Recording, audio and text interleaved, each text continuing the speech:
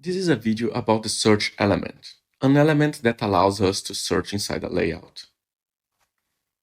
Actually, not inside a layout, inside a database, and then display the output inside the layout. So let me switch into play mode and show you like a list of records.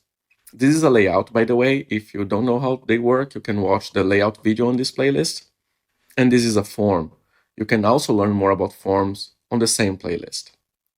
Suppose that this list of records has thousands of records in it. Providing a search feature is a very good thing to do. That's what I'm going to show you now. We're going to make it a tiny bit smaller. And then we're going to pick the search element. You can select it by pressing S. And then we're just going to make a search element here. Oops. And here it is. Let's just... Done. Let's make it a bit here because so that all the borders appear. And the way it works that the user will type here, press enter, and then we're going to filter the records and display them in this layout. To do that, you use the no-code interface. So the first step is connecting it to a table.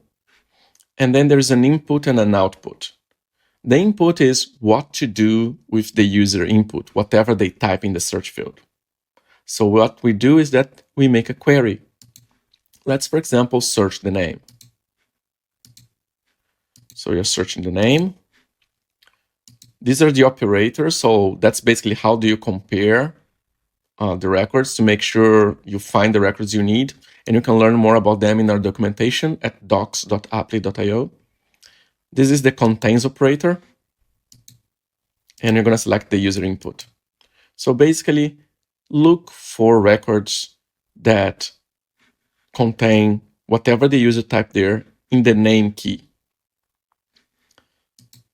And then what we do with it, we output it to the layout by creating, like we clicked add format, and we can just send the record ID.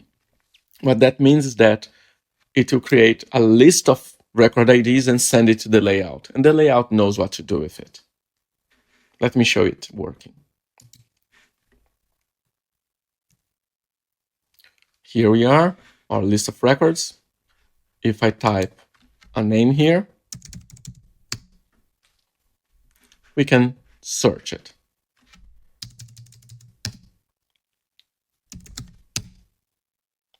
So, easy way to implement search. Now, suppose that instead of just searching the name, because that's what we are doing right now, we also want to search email. We can go back to the search element, go back into the no-code interface, and add another query. So we want to search the email as well.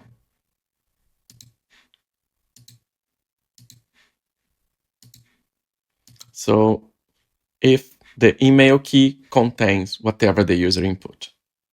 Now we have two queries. We need to select how to arbitrate between them. Like if the user types something, are we looking into the name and email, which means that the input would need to be present on both, or one or the other? So we're going to select or. So look for the whatever they typed, either on name or email. Switching to play mode, we have this test.com email here. So if we go there, test.com, now we can see that we can search emails and not only names. But names also work. This is an easy way to provide search features to your app. It's very simple, and it's like a great addition to any list of records, in my opinion. There is another element called query that provides like advanced search, because right now, as you might have noticed, there is only one input.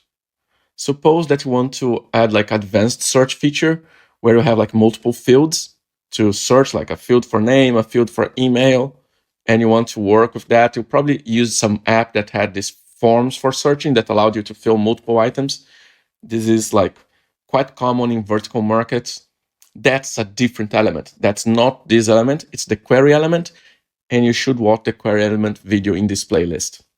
If you need help with any of the elements, reach out to us at forums.apply.io.